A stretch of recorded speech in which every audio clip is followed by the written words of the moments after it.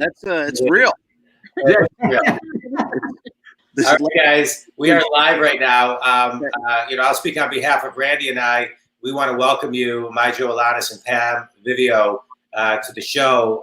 We've been wanting to talk to somebody on Wednesdays. Randy and I co-host, talking to business people, entrepreneurs, etc.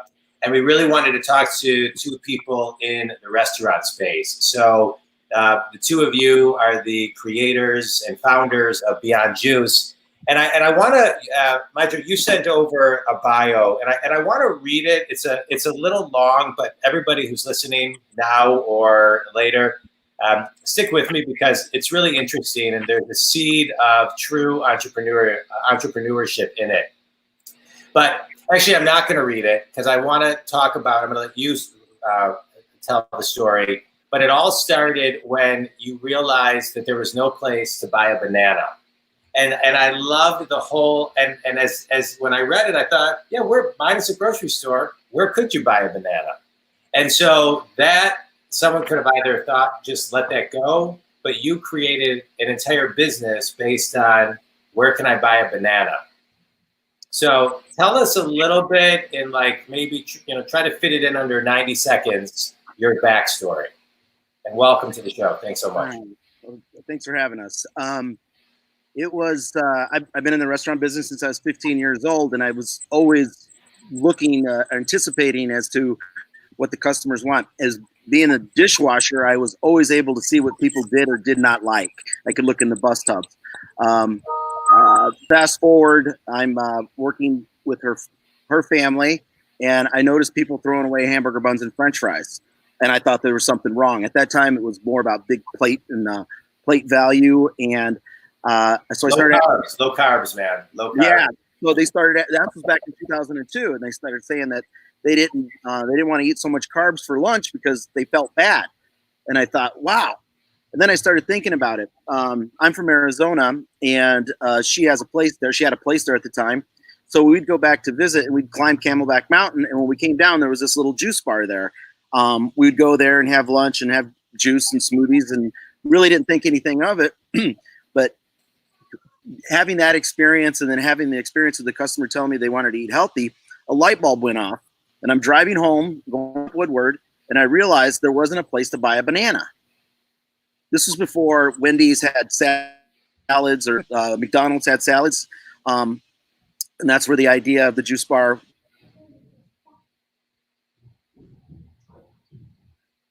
Well, while we're waiting for him to unfreeze and come back, if that's possible, once you go by. I think we lost him.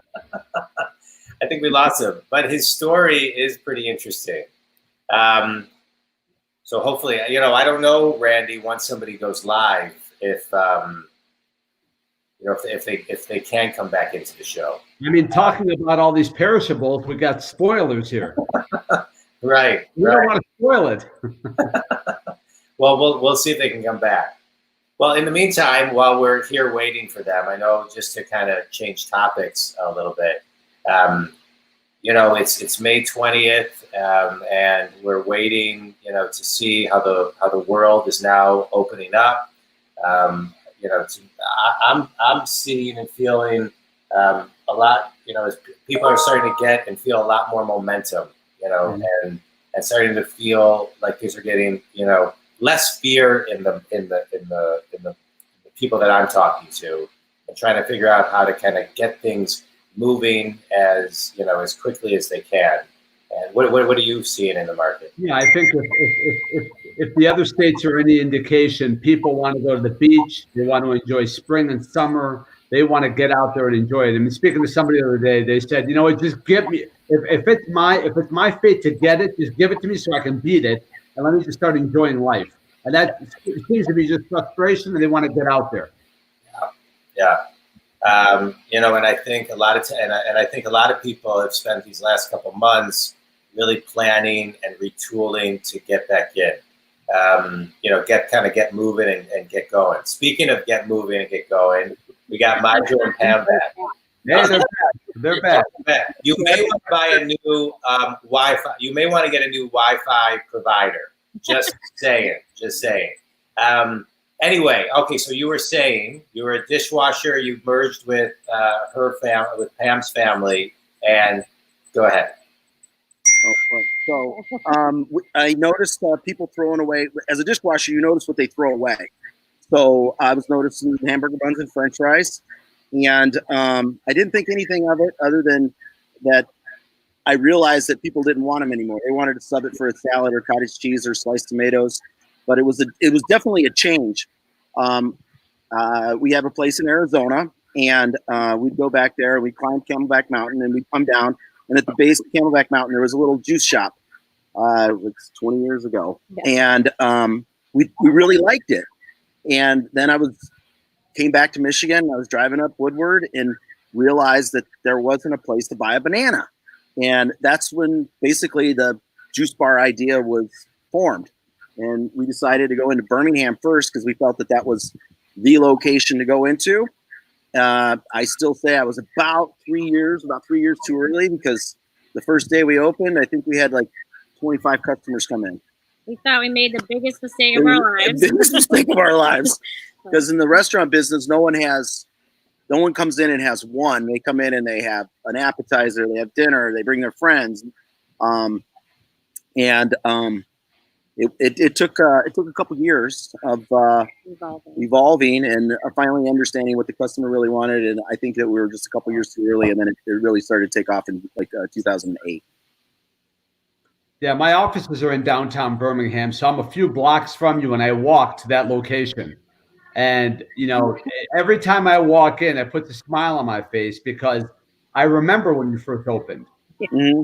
And I'm the son of an entrepreneur, a grocer. So I grew up in retail my whole life before becoming a lawyer. And I remember just a steady, people talk about the U's and the V's and all these different letters in terms of, when the economy is going to come back and what the comeback is going to look like.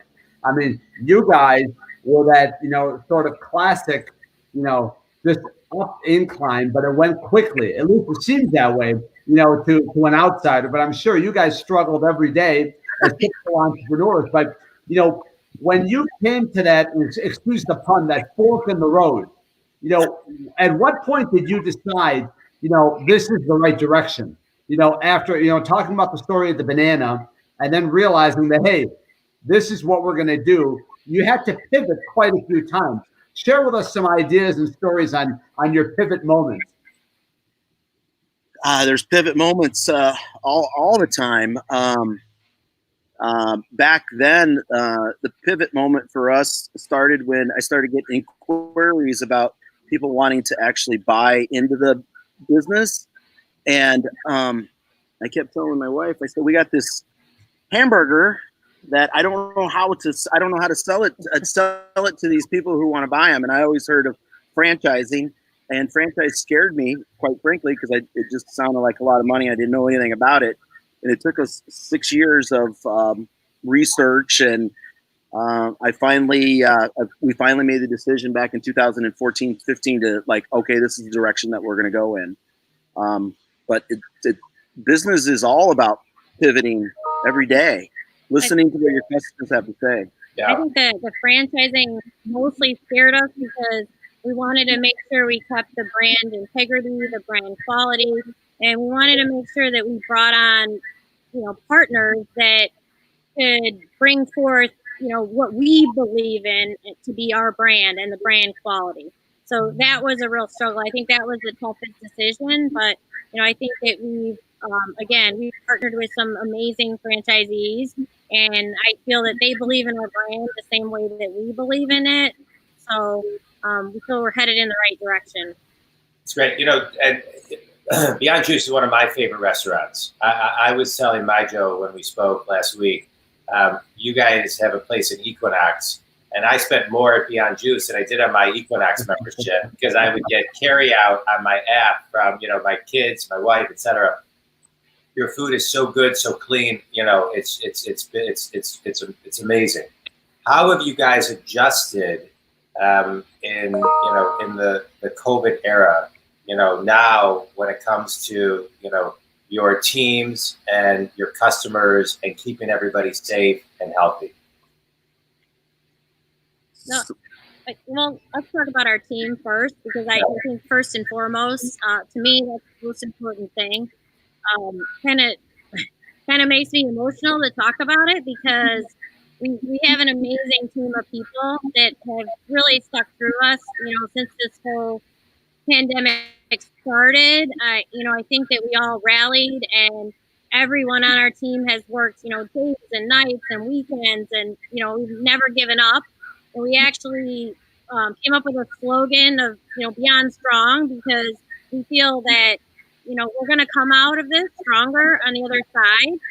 But if it wasn't for them and their ability to be flexible, I think we wouldn't be where we are. But we've also come up with some other really creative things that we've done that have kind of changed our business a bit, and you can talk about those. But for the last 6 weeks or so, we haven't been 100% smoothie shop. We've become a grocer. We've done collaborations. So yeah. So when it all began, we started seeing the decline in revenues, the closing of Equinox, closing of Somerset, the closing of Renaissance Center.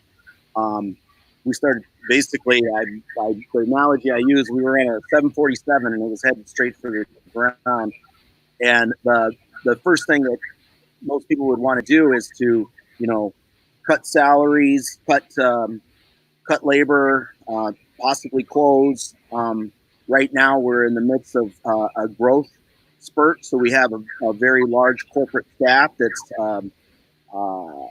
operating this. We have 14 stores, but now we got 11 of them open, and we just sold. We have 4 stores under construction right now during this time, and we sold 2 franchises down in Ohio during this time, which is exciting. But let me go back. We decided we were moments away from literally pay cuts, and one of my guys came in the office and he said, "Let me get this straight. We're going to cut everybody's pay. We're going to ask them to work longer, and we're going to tell them to be nice to have a smile on their face when they come to work, and they don't know when their next paycheck's going to be." And that's when I said, "You know what? You're right. Let's guarantee them 4 weeks pay with the evaluation of every week. We'll look at it, and we're just going to get really tight." So this pandemic actually exposed our weaknesses, but it also enhanced our strengths. With our team, with our strength, we communicated. So we said we're going to have 3 things that we're going to work on. We're going to work on our people, we're going to work on our community, and we're going to work on the brand. Our people, we set up. We realized that they were going to be afraid to come to work, which everybody was afraid. I was afraid. So we set up daily phone calls with all the employees. So every day, each employee was touched. We wanted to hear what they had to say. If they were afraid, if they were on the fence, we let them go home. The ones that felt safe, and that evolved as well. So on March 17th, March 18th looked completely different a week later. And then a week after that, from gloves to face masks to we went from customers inside the store to now customers, it's curbside delivery and app orders only. So and we learned this from our employees as well as our customers. So we had somebody calling customers every day, which got us closer than we ever have before to our customers, because we were hearing in real time what they wanted. And it got to a point where they wanted eggs, milk, and bread. So we put it on. We had it for them. We got really close with our vendors. Our technology piece was, I think that we took like 6 to 9 to 12 months a step ahead during this time, because we needed stuff done and people would work through the night and we'd deploy it the next morning. We did a lot of stuff manually. We just did whatever it took. And then I think when we reached the point where we felt like, okay, maybe we can breathe. I think we're going to come out on the other side of this, again, stronger. I think then, we started to reach out and do some collaborations with other local businesses, trying to bring them in, and help them as well. And it, to our customers, I think that really appealed to them. So, Yeah and Juice started selling charcuterie kits. We collaborated with DeVries and Eastern Market, worked with them to hand select some cheeses, some amazing meats, putting that all together in a kit. you know, we would have never thought that we'd be selling charcuterie kits. So we knew that from talking to the customer that they wanted. It was Friday night and there's nothing to do, or Saturday night, nothing to do. So we thought that how can we be part of their day? What can we do?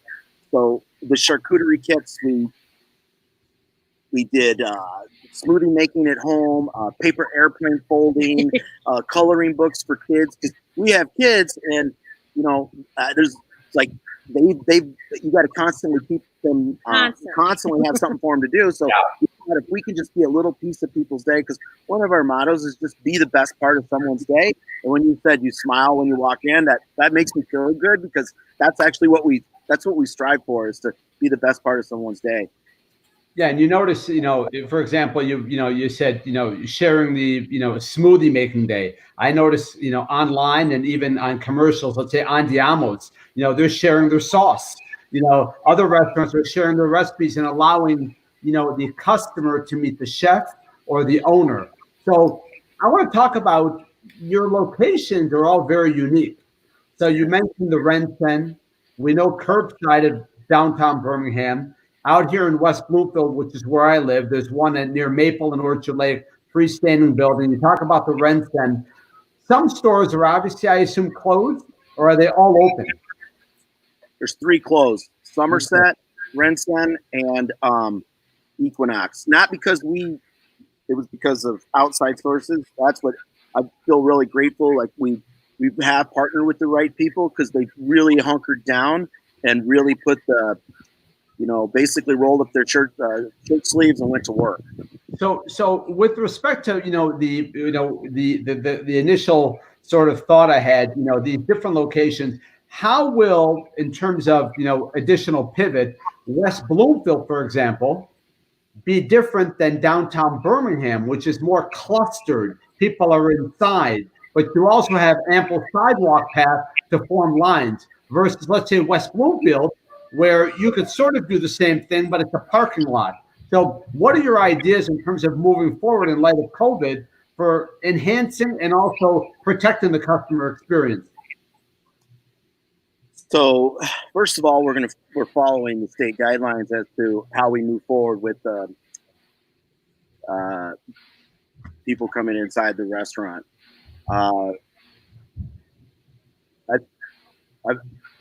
I get asked this question all the time, and it's a hard question. It's a very good question. The way that we're handling it is basically we're listening to the customer. We're making sure everybody's wearing protective masks.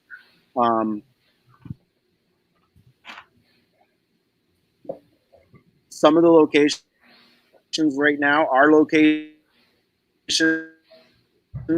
we have the product there for you.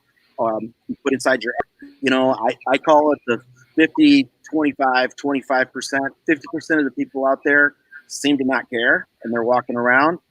They got 25% of the people that got 1 foot out the door, 1 foot in the door. And then you have this other 25% that's still like, this is, you know, like they don't feel comfortable yet.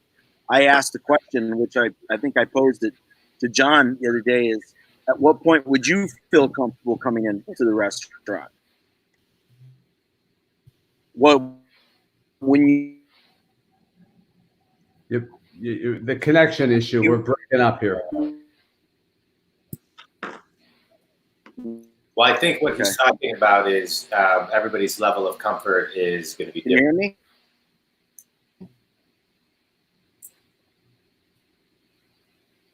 He looks like he's still in deep thought. There's still a connection issue, Mijo.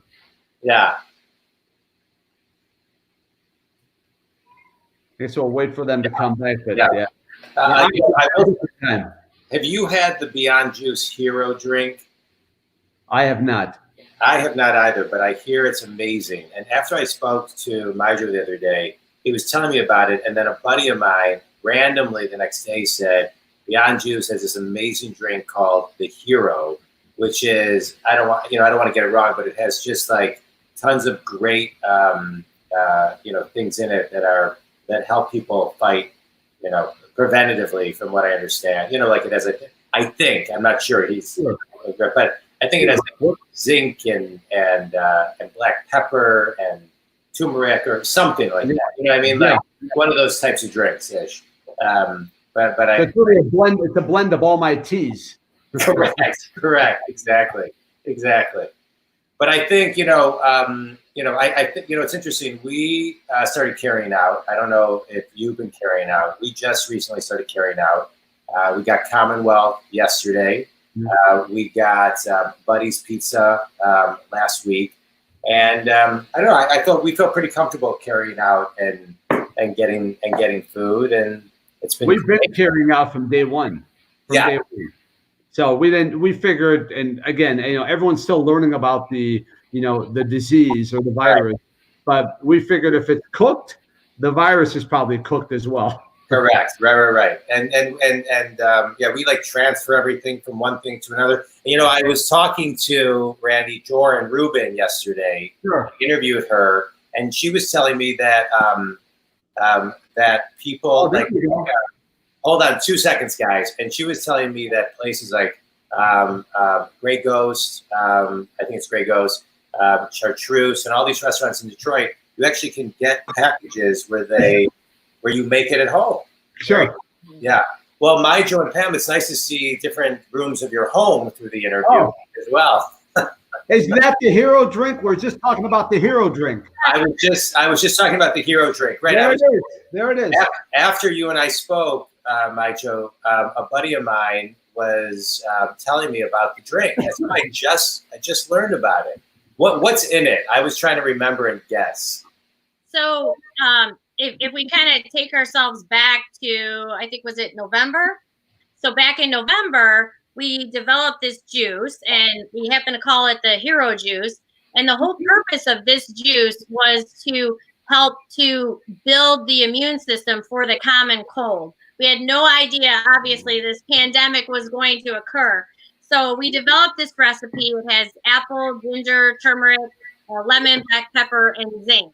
And you want to talk about it? So, okay. So fast forward, this pandemic occurs, and we have all these heroes out there. So we thought, this is amazing. We had not intended this to be something that people would start drinking. So in February and March, we could not keep this on the shelves. People were buying it by the case. They were fighting over it. Our franchisees were fighting over it. When it came in stock, we had it pre-sold before it even hit the shelves. So what we decided to do, again, once we realized that, we were coming out of this stronger, we said, you know what we really want to do is we want to get this hero juice in the hands of as many heroes and frontline workers as we possibly can. So we decided to come up with a campaign. It's called Hero for Heroes, and you can talk about it. Well, go ahead. I was just going to tell about the pivoting moments during that time. Yeah. So this was a definite pivoting moment. And initially we had some supply chain issues, and then we worked them out. And once we worked them out, we were kind of full stream ahead. So we decided as a company that we were going to make donations. So we decided off the bat that we were going to donate, was it $10,000 for the hero juice. Nice. And we also started this campaign. So for every one bottle of hero juice that people buy, we also donate a bottle. And to date, we've already donated almost 1,000 bottles.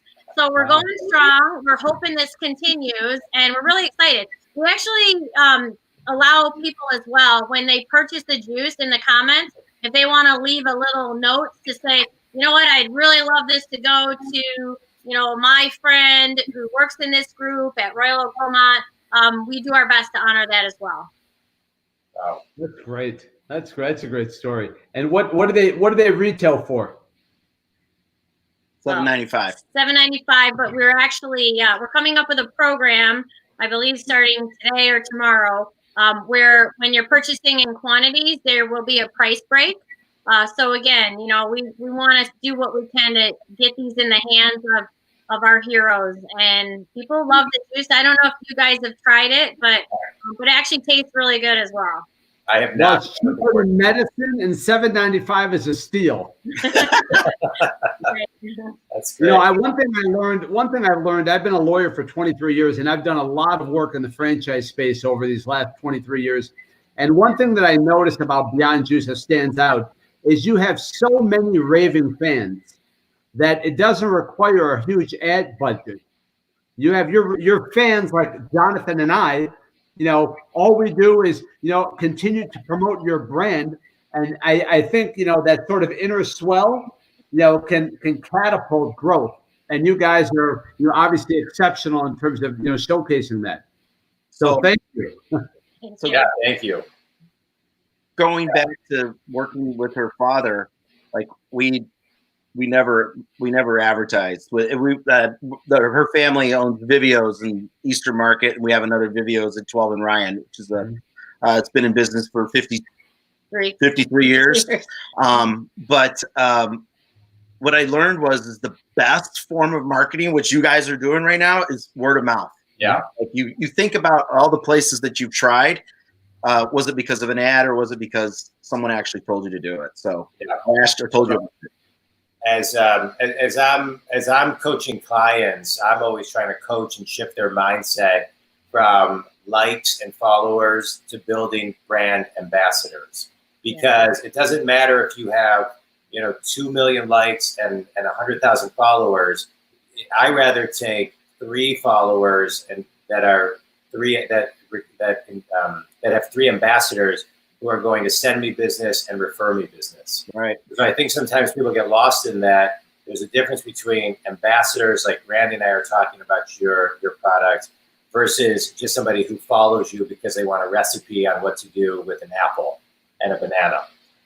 So I can't thank you enough for what you guys do. You've shown great innovation over these last couple weeks, last couple months.